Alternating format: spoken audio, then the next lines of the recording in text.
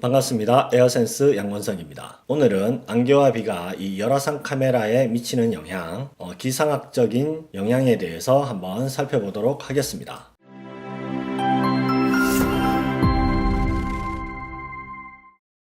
우선 이 안개와 비는 이 열화상 카메라의 투과에 어느 정도 영향이 있습니다. 하지만 사람의 눈으로 보는 이 가시광선 영역에 비해서 월등히 투과력이 좋기 때문에 이런 열화상 카메라가 가시광선보다는 훨씬 더 안개나 비를 투과해서 대상물체를 보는 데는 유용하게 활용이 될 수가 있습니다. 또한 이런 전체적인 적외선 영역에서 파장의 길이에 따라서 숏웨이브, 미드웨이브, 롱웨이브 이런 식으로 구분해서 그 파장에 따라 어떠한 특징이 있는지도 한번 살펴보도록 하겠습니다. 우선 이 표는 파장에 따른 투과율을 나타낸 그런 표입니다. 우선 거리는 100m부터 500m까지의 투과율을 나타냈고요.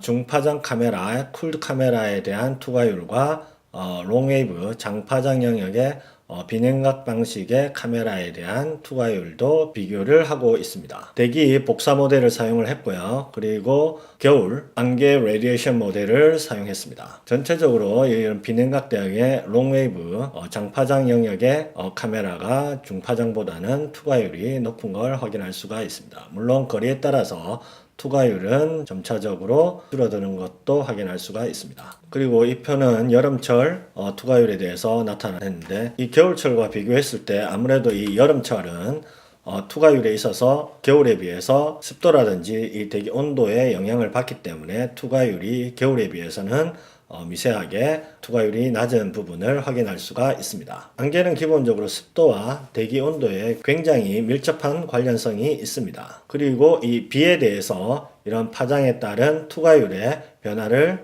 한번 살펴보겠습니다. 우선 이 1번 그림은 마리타임이라고 해서 일반적인 해상에서의 투과율을 나타낸 표입니다. 그리고 2번은 시간당 5mm 약 보슬비 정도 내릴 때 파장별 투과율을 나타낸 표입니다. 거리에 따라서 100m에서 500m 거리에 따라서 이런 투과율은 현격히 줄어드는 걸 확인할 수가 있습니다. 그리고 이 3번은 시간당 한 12.5mm 일반적인 이게 비가 내리는 상황에서 투과율의 변화를 보여주고 있습니다. 그리고 이 4번은 시간당 25mm 헤비 레인이라고 했는데 비가 굉장히 많이 내릴 때 파장에 따른 투과율을 나타낸 그런 표입니다. 보시면 전체적으로 비는 보슬비부터 이런 폭우까지 전체적으로 비의 양과 상관없이 적외선 카메라의 투과율에 있어서 전체적인 큰 영향을 미치는 걸 확인할 수가 있고 거리에 따라서도 현격히 이런 투과율의 변화가 있다는 걸 확인할 수가 있습니다. 요약을 해보면 전체적으로 1km 미만에서의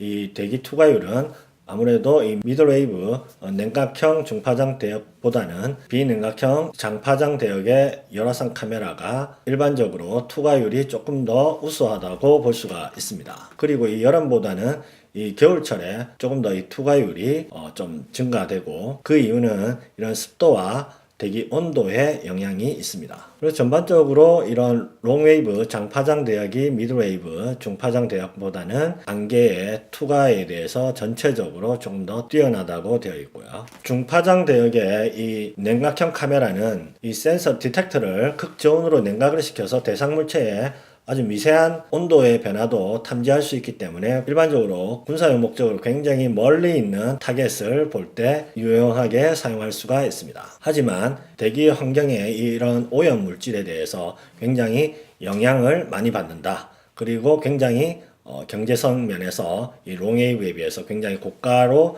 형성이 되어 있습니다. 그리고 이 비는 파장에 따라서 롱웨이브든 미드웨이브든 기본적으로 투과에 대해서는 많은 영향을 끼칩니다. 물론 이 비는 대기적으로도 기상학적으로도 이 영향을 끼치겠지만 실제적으로 이 열화상 카메라는 보고자 하는 그 타겟과 배경 온도의 이 델타 값 차이가 기본적으로 있어야지만 그 대상체를 우리가 구분하는 데 도움이 되는데 이 비로 인해서 기본적으로 전체적인 온도의 델타 값이 줄어들기 때문에 기상학적인 영향뿐만 아니라 그 대상체의 온도의 차이도 줄어들기 때문에 더 어떤 대상 물체를 보는데 어려움이 있을 수 있습니다. 이런 안개와 비가 이런 열화상 카메라에 미치는 이런 기상학적인 영향은 일반적으로 이런 전문 분야가 아니라면 일반인들이 느끼기에는 꽤 어려운 용어나 설명이 될 수가 있습니다. 따라서 간단하게 설명을 드리면 우리가 눈으로 보는 이런 가시광선 영역의 투과율에 비해서 파장이 긴 적외선 영역에서는 이런 열화상 카메라로는 연기, 먼지,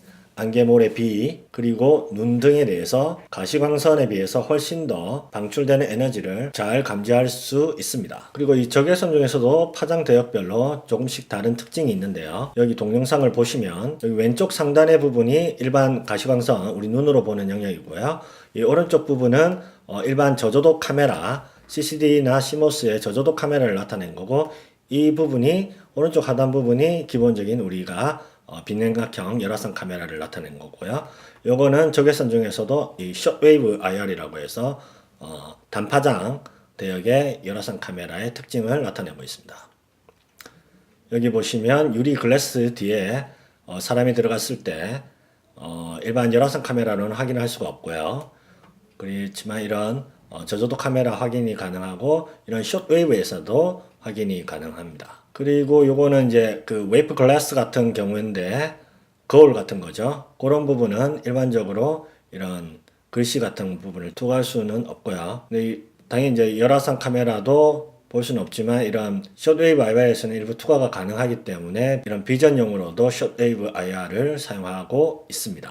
그리고 당연히 이런 그 연기나 안개에 대해서는 일반 위에 가시광선 영역의 위에 두 부분은 굉장히 영향을 미치는 걸 확인할 수가 있지만 아래 이 두 개의 적외선 영역에는 전혀 이런 연기에 대한 부분이 영향을 미치지 못한 것을 확인할 수 있습니다. 제가 다른 영상에서도 한번 보여드렸던 영상인데요. 이런 짙은 안개 속에서 이런 대상 물체를 확인하는데도 일반 가시광선 영역에서는 확인하는 부분이 거의 불가능하지만 이런 열영상 카메라로 봤을 때는 안개를 어느 정도 투과를 해서 이런 대상체를 볼 수가 있습니다.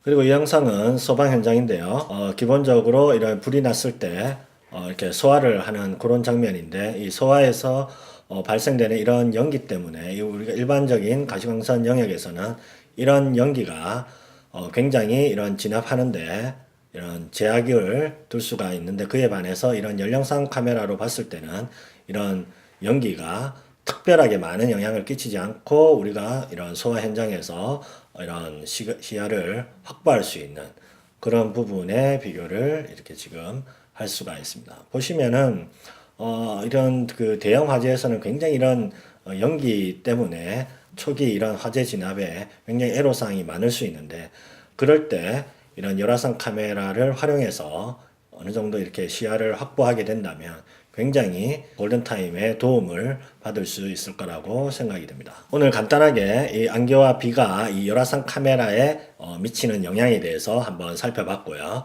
또한 이런 적외선 영역 중에서도 단파장과 중파장 그리고 장파장의 차이점과 이런 비교도 한번 살펴봤습니다. 아무래도 이 열화상 드론 시스템은 외부에서 촬영할 기회가 월등히 많기 때문에 외부의 이런 기상학적인 영향에 대해서도 어느 정도는 이해를 하고 이런 열화상 카메라를 활용을 한다면 훨씬 더 도움이 될 수 있습니다. 또한 이런 계절별로 그리고 파장별로 어떠한 영향이 있는지 오늘 살펴봤는데요. 이 열화상 카메라는 안개와 비에 대해서 영향이 있는 건 사실입니다. 하지만 가시광선에 비해서는 월등히 투과율이 좋기 때문에 야외에서 어떤 드론으로 이런 임무를 하고자 할 때에는 이런 열화상 카메라가 굉장히 도움이 될 수가 있습니다. 따라서 이 안개와 비뿐만 아니라 눈이나 연기 그리고 모래먼지, 분진 이런 부분에 어느 정도 투과율이 좋은 열화상 카메라를 잘 사용할 수 있다면 굉장히 도움이 될 수 있을 거라고 생각됩니다. 오늘은 여기까지 하겠습니다. 감사합니다.